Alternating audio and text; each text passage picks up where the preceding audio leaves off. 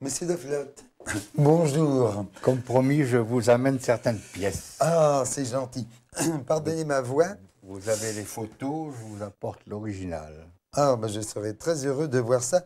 Justement, j'avais noté au sujet des couverts.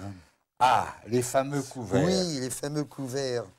Ben, les fameux couverts, les voilà. Très bien. Correspondant exactement à la photo envoyée par mes Oui. soins il y a 3 mois.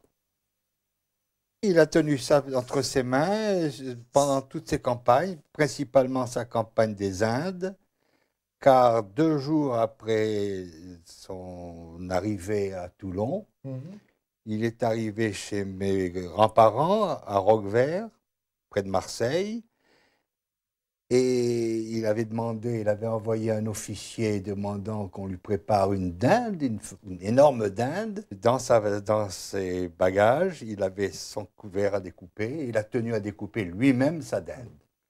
Et le lendemain, au départ, il a laissé à sa nièce, ma trisaïeule, ses couverts. Très bien.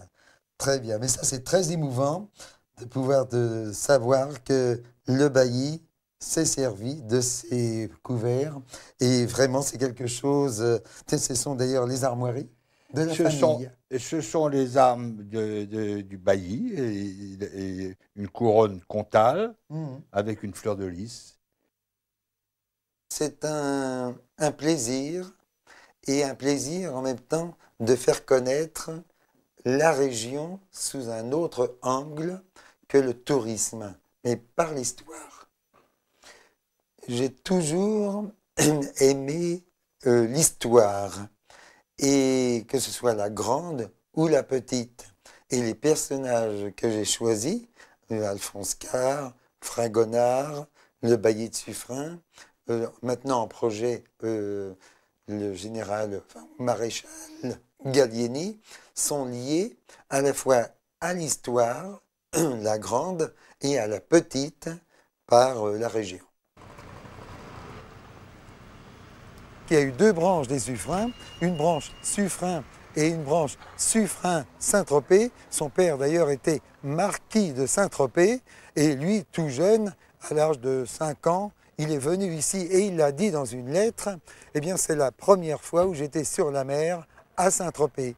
Et lorsqu'on a voulu, avant cette statue d'ailleurs, faire pour lui, créer une statue de son vivant, il a dit non, gardez cet argent pour les malades, pour les blessés, pour ceux qui m'ont servi pendant la guerre des Indes. Et ça montre encore là, une fois de plus, son degré d'humanité.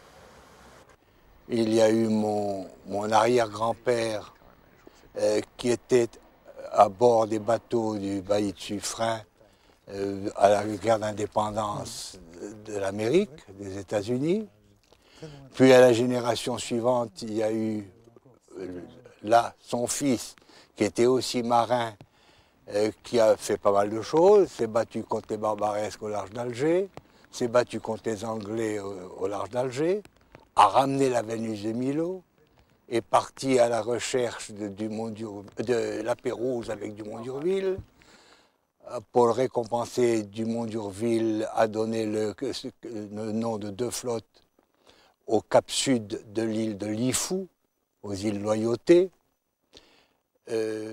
Mon père a été appelé par le maréchal Lyautey pour créer les cartes, après l'exploration du Maroc et du Tchad, créer les cartes d'Afrique du Nord. Plus modestement, eh ben moi j'ai mon nom dans le cosmos pour l'éternité, parce que j'ai une planète qui m'a été offerte en 1932 par un de mes oncles, l'astronome Louis Boyer. Et d'ailleurs, j'approuve cette chose, laisser mon nom dans le cosmos. Ah, nous voici, tiens, de nouveau avec le bailli. Ici, dans la citadelle, on peut dire que c'est vraiment chez lui, là, regardez. Vous-même, vous avez aussi pas mal de choses. Oui, nous avons certains objets provenant du bailli, beaucoup de parchemins, beaucoup de documents, mais de nombreux objets ont disparu au moment de la terreur à Roquevert, et Je laisse tout ça à mon fils aîné. C'est pas perdu, mais ça fait pas plaisir à tout le monde. Ça a été la cerise sur le gâteau. Quand on parlait de quelque chose, on disait « Ah, mais c'est le bailli de Suffren. Ah, tu devrais faire comme le bailli de Suffren. Ah, si le bailli de Suffren avait été là. » Et on a été élevé de génération en génération depuis 200 ans en parlant du bailli de Suffren, qui éclipsait un peu les autres.